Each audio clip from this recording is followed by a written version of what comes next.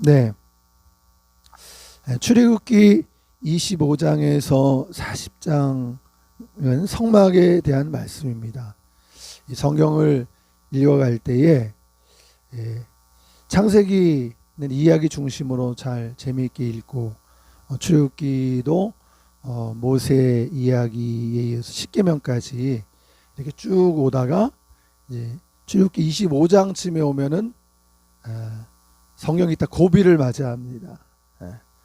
왜냐하면 이제 이 이야기가 이제 성막에 관한 내용이거든요. 25장부터 40장까지 계속 이어지게 되는데 그 중간에 이제 모세의 중보기도 그 정도는 이제 사람들이 압니다. 우상을 섬겼던 이스라엘 백성들을 위해서 드렸던 모세의 중보기도가 중간에 나오고 근데 앞뒤는 다 이제 성막에 대한 이야기가 나오는데 근데 이 성막에 대한 이야기가 또 그 두 번 반복돼요. 앞부분에 25장부터 30장까지 한번 나온 다음에 그 다음에 또 뒷부분에 성막에 대한 얘기가 같은 내용이 반복이 되는 것 같아요. 그래서 왜 똑같은 내용이 이렇게 많이 있지 반복이 되어 있지? 성경에 있는 읽다 보면 이제 그런 의구심이 사실 들게 될 것입니다. 이제 근데 그것을 어떻게 이해하면 되시냐면요. 앞에 있는 성막 이야기는 하나님께서 모세에게 주신 성막의 설계도예요. 설계도 앞부분은 뒷부분에 반복되는 그 부분은 뭐냐면 설계도에 의해서 직접 성막을 제작하는 과정이 뒷부분에 나오는 것이죠. 그래서 성막을 건축하는 실행하는 장면이 뒷부분에 나오기 때문에 한 번만 제대로 집중해서 성막을 공부하게 되면 뒷부분은 이제 저절로 다 이제 이해가 되게 되는 것을 볼 수 있습니다. 처음에는 하나님께서 모세에게 주신 설계도고 뒷부분은 부살렐과 오홀리압 그 건축자를 성령이 충만한 하나님의 신에 충만한 그 부살렐과 오홀리압을 통해서 성전 건축이 이루어지는 장면인데 사실은 신앙생활을 오래 한 분들에게는 이 성막 부분이 굉장히 은혜롭습니다. 이 성막의 내용은 바로 그 예수 그리스도의 모형이거든요. 그래서 우리가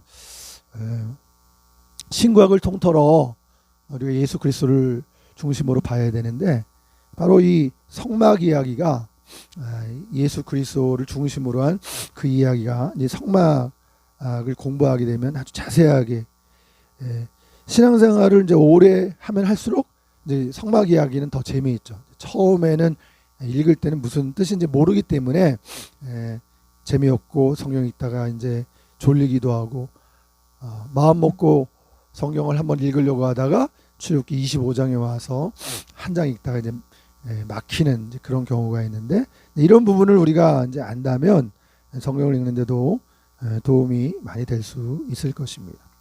그래서 이제 성막 내용이 쭉 이제 25장부터 나오는데 이제 오늘 읽은 출애굽기 26장에 와서 오늘 말씀의 제목이 뭐냐면 성막 덮개와 널판이거든요. 참 이 성막을 공부하다가도 성막 자체를 놓고도 이제 성막이 예수 그리스도의 모형이기 때문에 그 예수 그리스도의 그 모습을 우리가 발견할 수 있는데 또 그 가운데에서 그 은혜 중에 오늘 본문에 보면 성막의 덮개와 널판에 관한 이제 이야기가 나오는데요.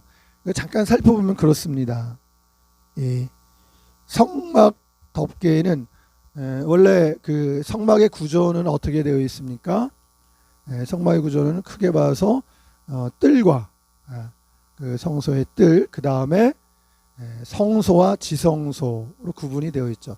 그래서 뜰에는 이제 사람들이 들어갈 수 있는데 번제물을 가지고 번제사를 드릴 때까지 그 번제단까지는 이제 일반 평민들도 들어갈 수 있습니다. 그러나 이제 성소부터는 제사장만이 들어갈 수 있죠.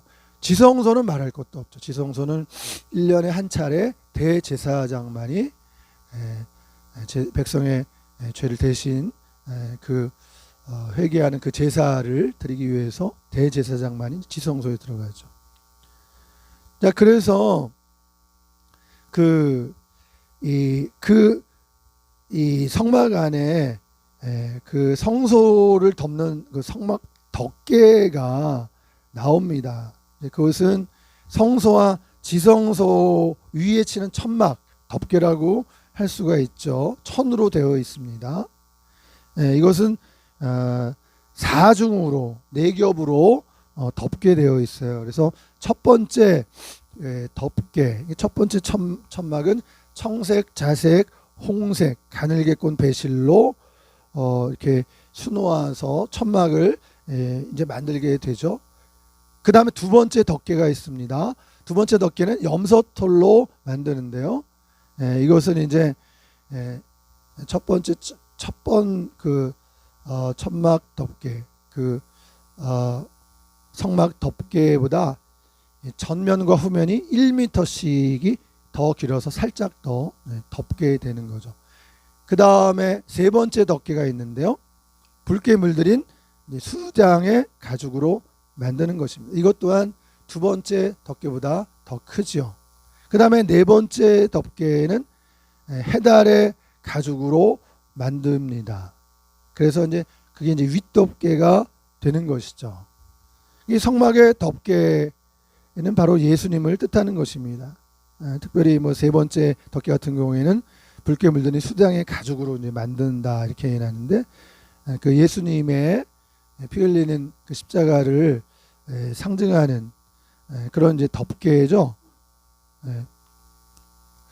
여러분, 우리가 그 예수님의 오심을 주목해야 되는데, 예수님의 오심은 바로 예수님이 어떤 분인가라는 것과 또 예수님이 하시는 그 사역, 예수님이 이 세상에 와서 어떤 사역을 하셨고 또 어떤 관심을 갖고 누구에게 관심을 가지셨는가, 이런 것들을 예수님께서 오심을 통해서 우리가 발견할 수가 있는데요.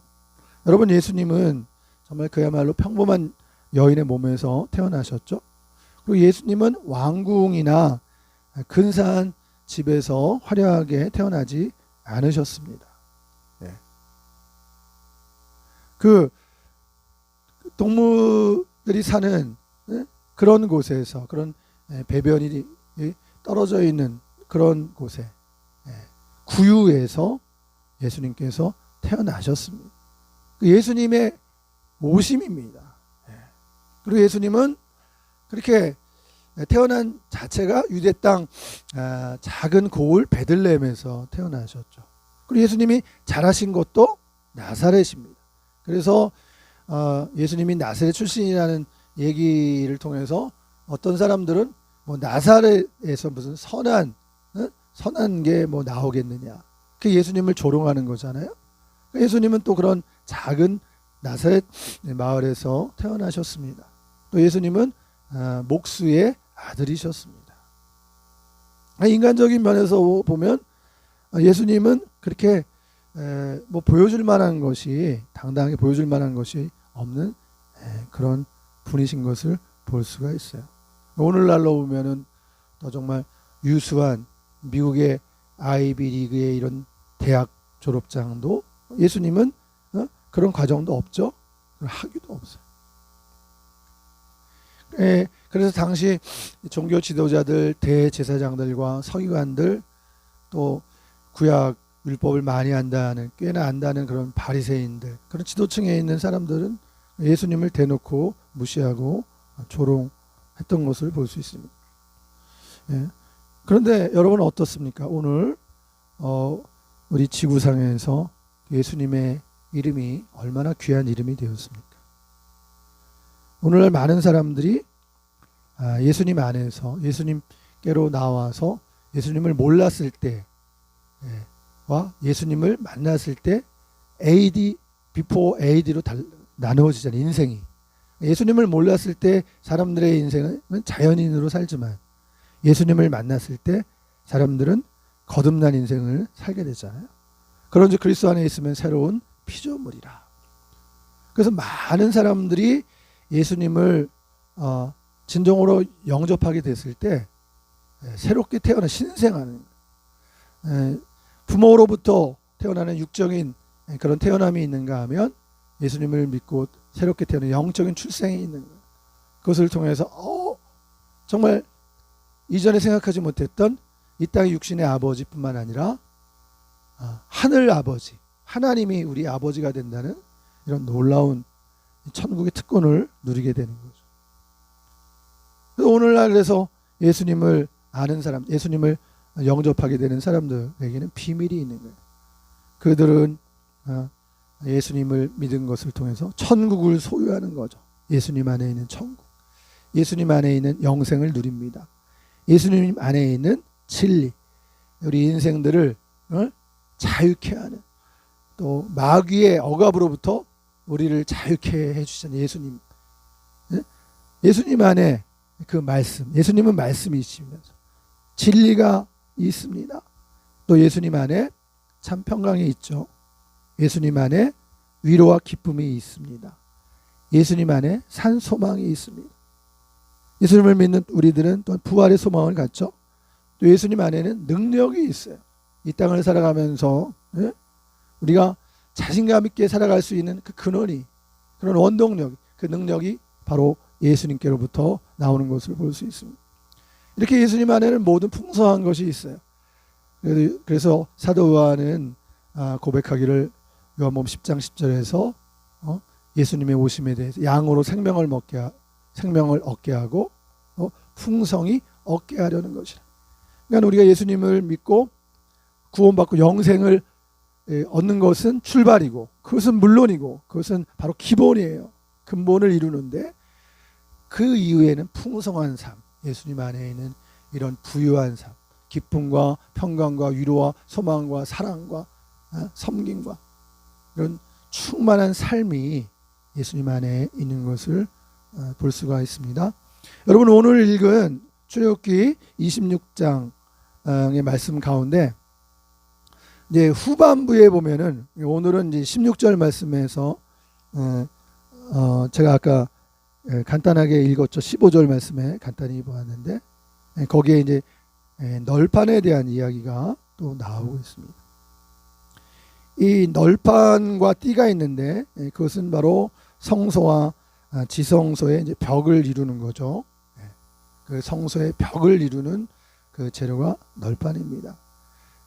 그러니까 이 널판은 화려한 것이 아니에요. 이 널판의 재료는 뭘까요? 조각목으로 만들죠. 조각목은 당시, 오늘날로 말하면 아카시아 나무, 그게 이제 이스라엘 땅에 이제 지천에 널려 있는 것이 바로 그 아카시아 나무, 가시 같은 것이 있지만 아주 단단해요. 아주 그 흔하게 구할 수 있는 그 조각목으로 이제 널판을 만들고, 이제 그 겉을 이제 금으로 이제 싼 그런 모습을 가지고 있죠. 사실 이 조각목, 이 널판으로 썼던 이 조각목, 이 재료는 당시 땔감으로 쓰던 나무예요. 가시도 있고 나무가 뒤틀려 있고, 또 이 단단해서 건축 재료로 사용하기 힘든 나무로 알려져 있어요. 자, 여기서 우리가 시편 118편에도 나와 있는 말씀대로 그 건축자의 버린 돌이 그 모퉁이의 머릿돌이 되었다라는 그 말씀이 이제 시편 118편에 나오죠. 그 말씀은 아주 유명한 말씀이죠. 그 말씀이 진정한 그 주인공은 누굽니까? 바로 예수 그리스도를 말하는 거죠. 당시 대제사장들과 종교 지도자들에 의해서 조롱받고 버림받은 그 예수 그리스도, 그 버린 돌이었던 예수 그리스도가 하나님께서 성전에 모퉁이 돌로 삼으셨던 코너스톤.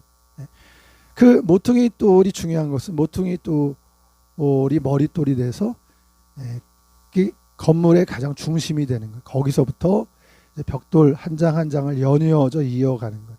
그래서 성전이 이루어지는 거예요. 건물이 이루어지는 거예요. 버린 돌이 되셨던 예수님께서 성전의 모퉁이 돌이 되셨다.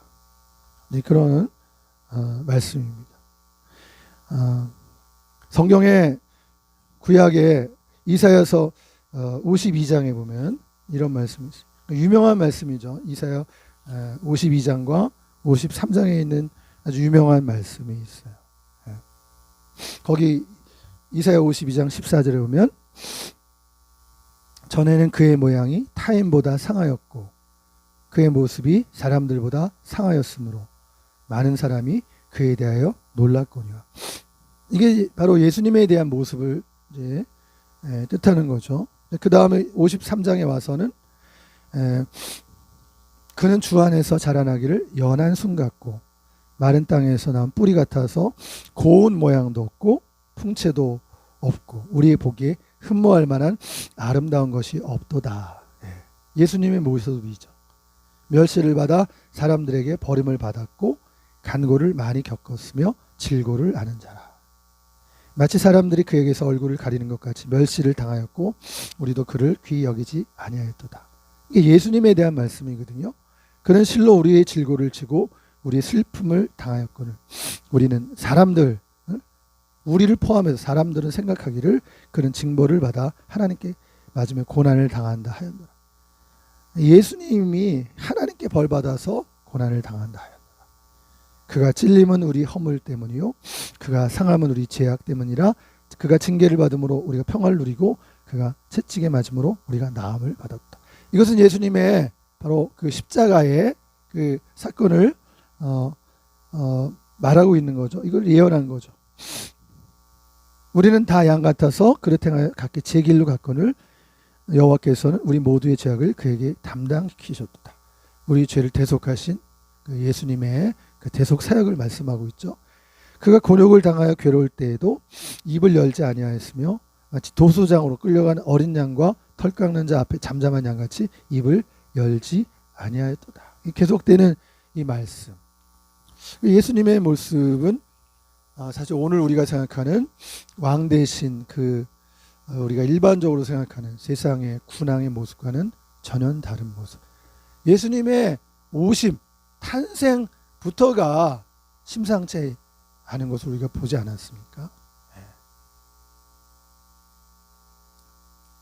오늘 이 성소의 재료로 쓰임을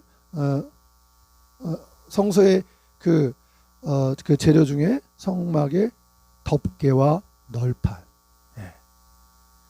모를 때는 이게 뭐지 하면서 참 성경에 재미없는 부분이 있네 하고 우리가 대할 수 있는 이 부분이 성막이 예수 그리스도를 뜻하는 예수 그리스도를 상징하는 깊은 내용을 담고 있으면서 그 가운데 오늘 다루고 있는 성막의 덮개와 널판은 정말 하잘것없는 보잘것없는 그런 기물로 볼 수 있는 거예요. 근데 그것이 성막의 재료가 되었다라는 사실. 이것은 시편 118편의 내용을 통해서 건축자의 버린 돌이 그것이 다시 성전의 모퉁이의 머릿돌이 되었다는 그 말씀처럼 바로 그것은 예수님을 말하는 것인데 그렇게 하잘것없는 보잘것없는 그런 재료가 성전의 모퉁이돌, 가장 요긴한 그 모퉁이돌이 되었다는 이 사실.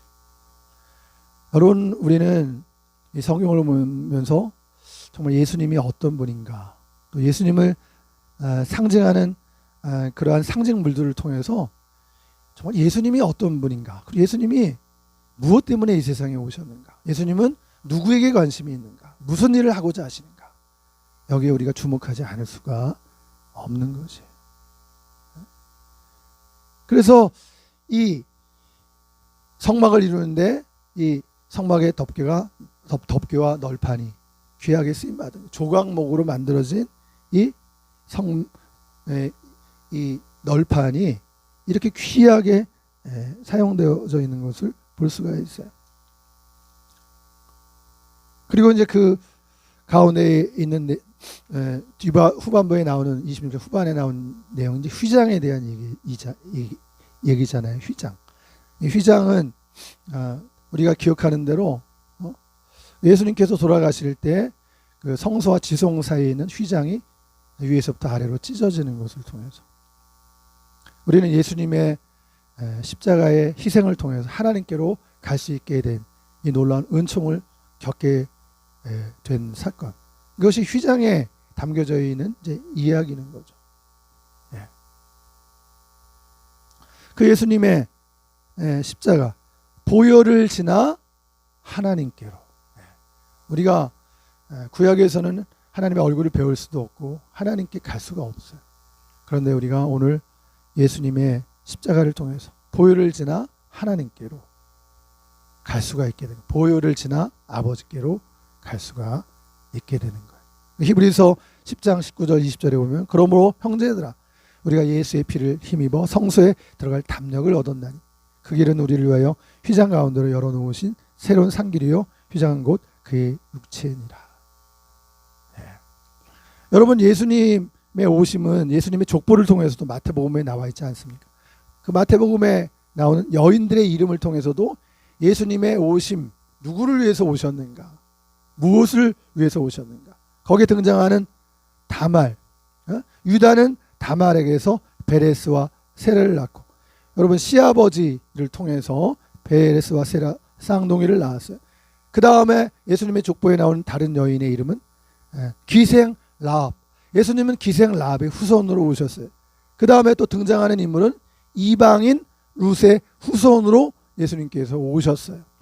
그 다음에 또 예수님 족보 중에 조상 중에 예수님의 할머니 중에 가늠한 여인 바세바, 그 바세바의 후손으로 예수님께서 오셨어요. 이게 예수님의 탄생 이야기 속에 숨겨져 있는 이야기예요. 여러분, 예수님은 죄인들을 구원해 하시기 위해서 오셨어요. 예수님은 죄인들을 사랑하신다는 거예요. 하나님은 죄인들을 사랑하셔서 예수님을 통해서 구원하시기를 기뻐하신다는 거예요. 이게 바로 예수님의 탄생 이야기 속에서도 나오는 건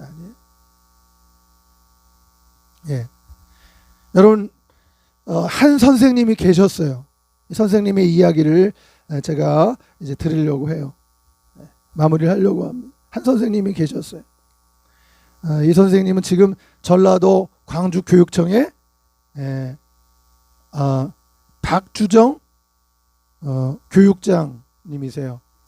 술주정이 아니라 박주정이에요. 이름이 이름을 기억하기 좋게 이름이 주정이라서 아마 놀림을 받지 않았을까. 술주정이 아니라 박주정. 참 우리나라 참 박씨들 대단한 것 같아요. 박씨 유명한 분들이 누가 있어요? 박정희 대통령, 또 박세리, 또 박찬호, 또 박씨 중에 유명한 사람 또 누구 있어요?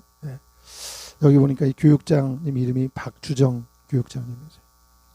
근데 이분의 그 이야기를 통해서 이분이 그 훌륭하신 아버님의 그 8남매 중에 그 말째로 이렇게 태어난 것으로 이렇게 알고 있는데, 8형제 중에 이제 하나인데 아버지는 굉장히 훌륭한 분이어서 경찰 공무원도 하시고 기자도 하시고 뭐 그랬대요. 그런데 사고를 만나서 다리 하나가 이렇게 절단되게 되고, 그래서 시골에 가서 땅을 사서 농사를 지면서 이 8남매를 아주 잘 키우고, 그러니까 그 아버지가 많이 배우고 훌륭한 분이라서 옛날에 농한기가 되면 그 시골에 사는 젊은 청년들을 불러다가 천자를 가르치고 또 주산을 가르치고 그랬대. 천자를 그 한자를 가르칠 때는 근데 천자문으로 가르친 게 아니라 주로 이제 단어 같은 거, 신문 같은 거 읽을 수 있도록 그 쓰는 뭐 국가, 뭐 대한민국 어떤 그 한자 용어 같은 거를 가지고 이렇게 직접 만들어서 이게 아주 훌륭한 그런 아버지 밑에서 이분이 자랐는데요. 이분이 이제 학교를 다니면서 이제 어려운 그런 과정을 겪죠. 선생님한테 똑똑해서 인정을 받았는데 초등학교 때도 그래서 선생님이 친구들 채점하는 것을 이렇게 우리 어린 주정에게 이제 맡겼는데, 어느 날 채점을 하다 보니까 자기가 시험을 잘 봤다고 생각을 했는데 어떻게 하다 보니까 자기 시험지를 보게 됐는데 시험 점수가 뭐 40점, 60점 이렇게 돼 있다는 거예요. 근데 자기 생각에는 자기가 시험을 잘 봤다고 생각을 하는데 너무 성적이 안 좋아서 선생님한테 그 사실을 얘기했다가 선생님 물어보지도 않고 선생님이 막 선생님께 매를 맞은 거예요. 주판으로 막 그냥 얼굴을 때리고. 그래서 나중에 집에 왔는데 피퉁의 성의가 돼서 집에 왔는데 아버지가 보니까 주판알이 눈 옆에 박혀 있는 걸 봤어요. 그걸 뺀 거예요. 주판알 2개. 얼마나 심하게 맞았는지. 근데 아버지가 아들이 그렇게 그런 일을 겪은 걸 보고 또 아이가 공부도 잘했고 그래서 정말 이상한 일이다. 이게 도대체 이게 있을 수 있느냐. 선생님한테 따지러 이렇게 그 몸을 불편한 몸을 이끌고 갔는데 근데 그날 하여튼 어찌된 일인지 산을 험한 길을 가다가 그랬는데 아버님이 이제 돌아가시게 된 거예요. 이제 그러면서 이분이 좀 방황도 하기도 하다가 그래도 이제 똑똑한 분이 공부도 잘하고 이제 그랬는데 나중에 하여튼 뭐 다 제하고 결혼을 해서 이제 박사 학위 과정의 공부를 이렇게 하다가 생활을 해야 되니까 고등학교 선생님을 지원한 거예요. 근데 고등학교 공업계 옛날에는 실업계 고등학교가 있어요. 인문계 고등학교가 있고 실업계 고등학교인데 실업계 중에도 상고가 있고 공고가 있는데 공업계 고등학교를 지원을 해서 선생님으로 간 거예요. 그래서 처음으로 이제 선생님이 조회를 하는데 반 학생이 50명인데 그 조회를 하는데 앉아 있는 5명인 거예요. 그러니까 이제 맨 앞에 있는 아이한테 어떻게 된 거냐, 왜 다른 애들은 안 왔냐 그랬더니 자꾸 고개를 돌리더래요. 선생님이 말하는데 좀 기분이 안 좋았지만 순간적으로 반말을 해서 그런가 존댓말을 해보고 존댓말도 역시 고개를 돌리더라고요. 나중에는 야 오늘 선생님 담임마다 첫날인데 좀 물어보면 대답 좀 해라. 제가 알아요? 그 아이한테 직접 물어보세요. 그건 무슨 말이냐면 그 광주에 있는 그 공업계 고등학교가 모든 그 전라도 지역에 있는 문제아들이 다 모인 학교인 거예요. 그 학교는 나중에 알고 보니까 처음엔 몰랐는데 아이들이 학교에 출근을 하는데 학교에 등교를 하는데 하루 종일 등교하고 그리고 끝나는 것도 그냥 가고 싶은 대로 하루 종일 시간이 걸려서 가는 게 아이들의 일과다. 근데 참 그런 문제아들이 많이 있는 학교에 있는데 사실 학교도 그만두고 싶고 그래도 선생님들도 이제 이 학교는 이런 학교니까 알아서 너무 힘쓰지 말고 힘쓰다가 지치지 말고 적당히 그렇게 월급 받고 교사 생활 하시오 그런 얘기를 들었는데 그래도 이왕 교사가 됐으니까 흉내만 낼 수 없어서 이제 나름대로 그 교사의 사명감을 가지고 이제 일을 했는데 어느 날 참 적응하기도 힘들고 힘든 그런 생활을 하던 어느 날 밤 10시가 지나가지고 문을 두드리는 소리가 났대. 10평 되는 그 아파트에서 아내랑 어린 딸이랑 이렇게 세 식구가 살고 있는. 처음에는 그냥 무시하고 안 나가보려고 했는데 자꾸 두들기니까 나가봤어. 나갔더니 자기 반 학생들, 고등학교 학생들 2학년 담임을 맡고 있었는데 8명이 온 거예요. 이게 도대체 니들 뭐야? 그냥 선생님 찾아온 거예요. 그리고 그냥 들어오는 거예요, 집에. 그래가지고 밥 해달라고 밥도 해주고 뭐 처음이니까 어쨌든 잘 밥도 해주고 이렇게 먹을 거에 대해서 보내려고 하는데 집에를 안 가는 거예요. 여기 있겠다. 그래서 할 수 없이 그냥 하루만 재우고 보내려고. 근데 그게 그렇게 된 게 아니에요. 계속 집에 있는 거예요. 근데 가라 그래도 안 가는 거예요. 그 선생님 부인 사모님이 얼마나 힘들겠어요. 처음에 8명 학생들이 와서 밥 먹고 막 그리고 막 소위 노는 애들 그런 친구들 아니에요. 불량 학생들 이제 옛날 그런 친구들 침도 그냥 막 아무데나 막 뱉고 막 가래도 뱉고 집안이 그냥 욕으로 가득 차고 막 지저분하고 남편한테 아이들 빨리 보내라고 눈총을 주지만 선생님이 애들 보고 제발 가라고도 안 가는 거예요. 그러면서 재미있는 일이 일어나는 거예요. 거기서 이 학생들이 계속 있고 그러는데 어느 날 학교 시험을 보는데 이 시험이 중요한 거야, 아이들한테. 근데 그 학교는 시험을 보는데 답을 다 가르쳐주는 그런 학교예요. 학생들한테. 워낙 애들이 학교도 안 나오고 공부도 안 하니까. 그래서 그 시험 답안을 다 가르쳐줘. 그 시험 볼 때는 시험 문제도 순서대로 내요. 순서만 바꿔도 아이들이 답을 잘 못 찾기 때문에. 그리고 애들 그 답을 좀 가르치고 시험을 봤는데 놀라운 일이 생긴 거예요. 50명씩 뭐 13학급인가 한 학년에 있는데 시험 결과가 전교 1등에서부터 전교 7등까지가 이 선생님 집에서 놀고 먹던 친구들이 전교 1등에 7등이 된 거예요. 8등 왜 못했느냐? 나중에 알고 보니까 그 아이는 좀 자폐아였던 거예요. 그러니까 이 말이 잘 안 통한 거예요. 그러니까 이게 잘 안 먹힌 거예요. 공부하고 그럴 때도. 그러니까 나중에 한 거예요. 그래서 전교에서 1등부터 7등을 하니까 난리가 난 거예요.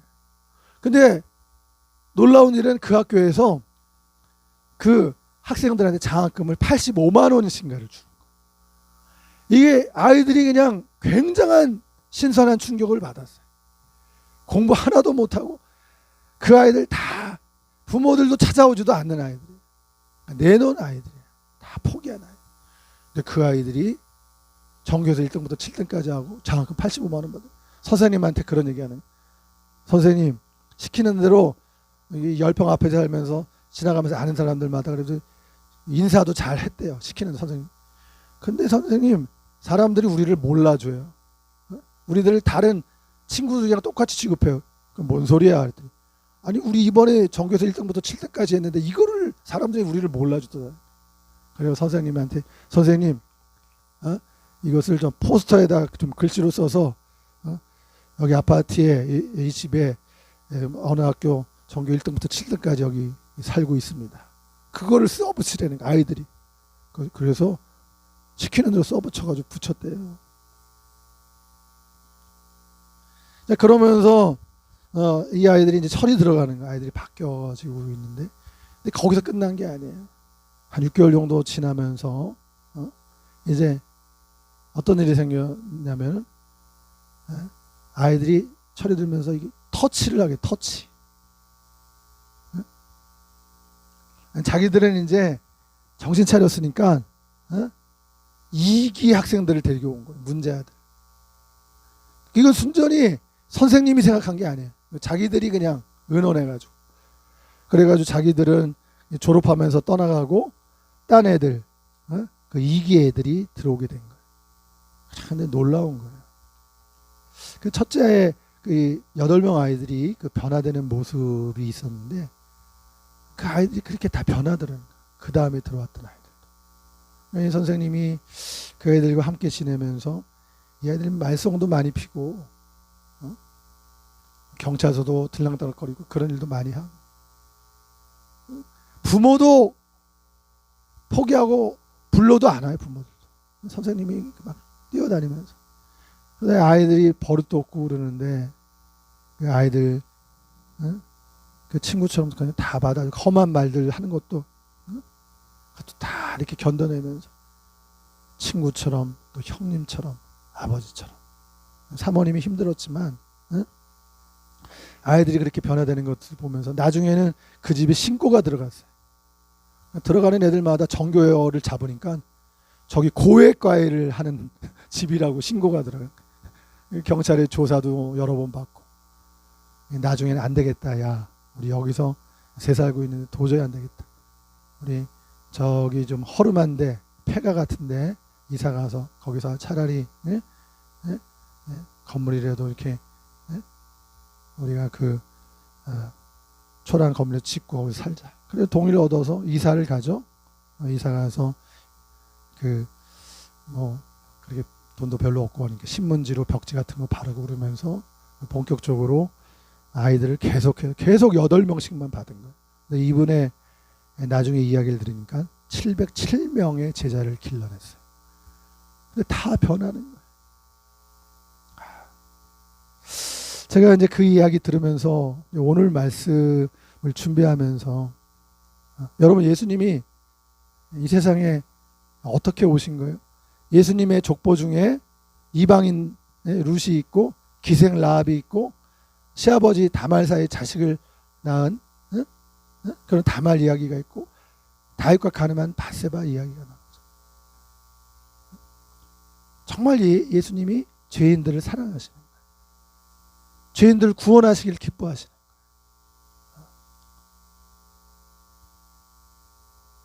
참 그 선생님 한 사람, 그리고 사모님, 나중에 그 딸들 자녀들은 사실 그 사춘기를 많이 희생했죠. 나중에 그 고백을 들으니까 자기는 몰랐대요. 근데 나중에 그 딸들을 통해서 그 아이들에게는 친근한 아빠가 돼주지 못한 거죠. 그 일을 하느라. 나중에 이제 그런 사실을 알고 딸들에게 용서를 구하면서 첫째 딸이 또 경찰의 길을 또 걸어갔다는 얘기를 이제 들었는데요. 오늘 말씀의 제목이 뭡니까? 오늘 말씀의 제목이 뭐예요? 성막 덮개와 널판. 성막의 재료로 보잘것없는 그 덮개와 널판이 얼마나 정말 그 조각목으로 만들었어요. 널판은 그 흔한 조각목. 여러분, 하나님의 역사가 정말 놀랍지 않습니까? 저는 그 선생님의 그 이야기를 통해서 많은 도전을 받습니다. 그런 문제 아들이 이렇게 변할 수가 있구나. 그 문제 아들을 정말 사랑으로 기분 나빠하지 않고 친구가 돼주고 형님이 되어주고 누나와 엄마와 아빠가 되어 그 역할을 해줬던 그 선생님 부부, 얼마나 정말 귀한지 모르겠어요. 오늘 성막 덮개와 그리고 이 널판의 이야기를 통해서 다시금 이 땅에 오신 그 예수님, 그 예수님의 마음을 우리가 이해하고 우리가 그 십자가의 길을 기꺼이 기쁨으로 걸으셨던, 죄인들을 구원하시기 위해서 그 십자가의 길을 걸으시고 십자가를 지셨던 그 예수님의 마음을 우리가 본받아서 우리도 새롭게 우리 예수님의 십자가 고난을 우리가 새롭게 해석하면 수놓으면서 우리가 그 주님이 우리 죄인들 인생들을 구원하기를 기뻐하심으로 그 십자가의 길을 걸으셨구나, 그 십자가를 지셨구나라는 사실을 기억하면서 작은 것을 통해서 빛나게 하시는 하나님의 역사를 이루시는 그 정말 하나님의 그 마음을 우리가 알고 우리가 다 질그릇같이 연약하고 보잘것없는 그런 존재의 사실이겠지만, 그러나 우리 질그릇 안에 예수 그리스도를 우리가 담았잖아요. 이 땅 위에서 정말 우리 가정과 우리 삶의 주변에서 그런 정말 예수 그리스도의 빛을 비춰주는 우리 가정과 이 사회를 밝게 변화시킬 수 있는 쓰임받는 우리 저와 여러분 모두가 다 되시기를 바라겠습니다. 기도하겠습니다. 하나님 아버지, 감사를 드립니다. 오늘 말씀을 통해서 하나님 그 성막의 덮개와 널판의 이 이야기를 통해서 우리 예수님께서 이 세상에 오신 목적, 그리고 누구를 위해서 오셨는지, 또 어떤 일을 하시는지, 하나님 다시금 하나님 아버지, 우리 그리스도인의 우리 모습, 정체성을 돌아보는 시간이 되는 줄로 압니다. 이 땅의 죄인들을 구원하시기 위해서 기꺼이 십자가의 길을 기쁨으로 걸으셨던 그 예수님의 마음을 우리가 알고, 우리 이 땅을 살아가면서 사람들을 겉으로 판단하지 아니하고 예수님의 마음을 가지고 바로 우리 주변에 있는 그런 우리 이웃들과 친구들에 대해 그들의 친구가 되어주고 그들의 형제 자매가 되어주고 그들의 가족이 되어서 정말 하나님 그들의 상처를 치유하고 그들에게 예수 그리스도의 소망을 심어주는 것을 통해서 꿈과 비전을 가진 하나님의 백성으로 그들을 이끌 수 있는 우리 주님의 교회와 자녀들이 되도록 오늘 성막 덮개와 그리고 널판의 그 이야기를 통해서 우리의 마음을 새롭게 정배하는 시간이 되도록 하나님 인도하여 주시옵소서. 예수님의 이름으로 기도하옵나이다. 아멘.